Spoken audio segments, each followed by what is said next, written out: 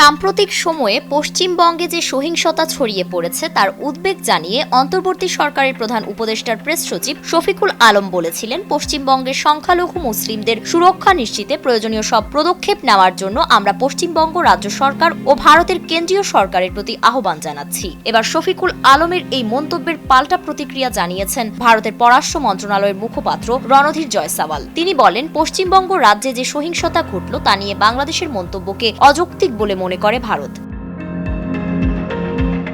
মুসলিমদের ওয়াকফের আওতায় থাকা সম্পদের ব্যবস্থাপনার জন্য মার্চ মাসে ভারতের পার্লামেন্টে নতুন ওয়াকফ আইন পাশ হয়, আর এই আইনে মুসলিমদের ওয়াকফ বোর্ডে হিন্দু সদস্য রাখা বাধ্যতামূলক করা হয়েছে। ওয়াকফ সম্পদ নিয়ে নয়-ছয় করতেই এমনটা করেছে বিজেপি। তারা বিভিন্ন মসজিদ দখল সাধারণ ফ্যানের দিন শেষ পাকিস্তানি বাংলাদেশ করে হিন্দু মন্দির গড়ে তুলেছে। আর এই নতুন ওয়াকফ আইন নিয়ে ক্ষোভে ফেটে পড়েছে পশ্চিমবঙ্গের মুসলিমরা। এই নিয়ে তারা করে চলেছে নানা আন্দোলন। মুসলিম দেশগুলোও এর প্রতিবাদ জানিয়েছে। পাকিস্তান এই নিয়ে কথা বলায় ভারত পাকিস্তানকে নিজের চরকায় তেল দিতে বলেছে। এইবার বাংলাদেশও পড়েছে মোদির দেশের রোষানলে।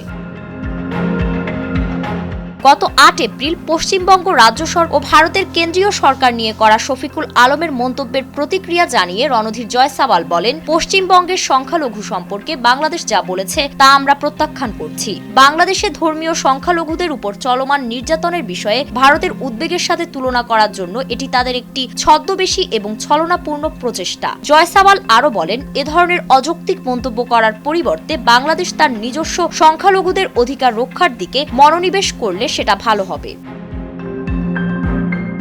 ফারিন রহমান প্রীতি, নয়া দিগন্ত।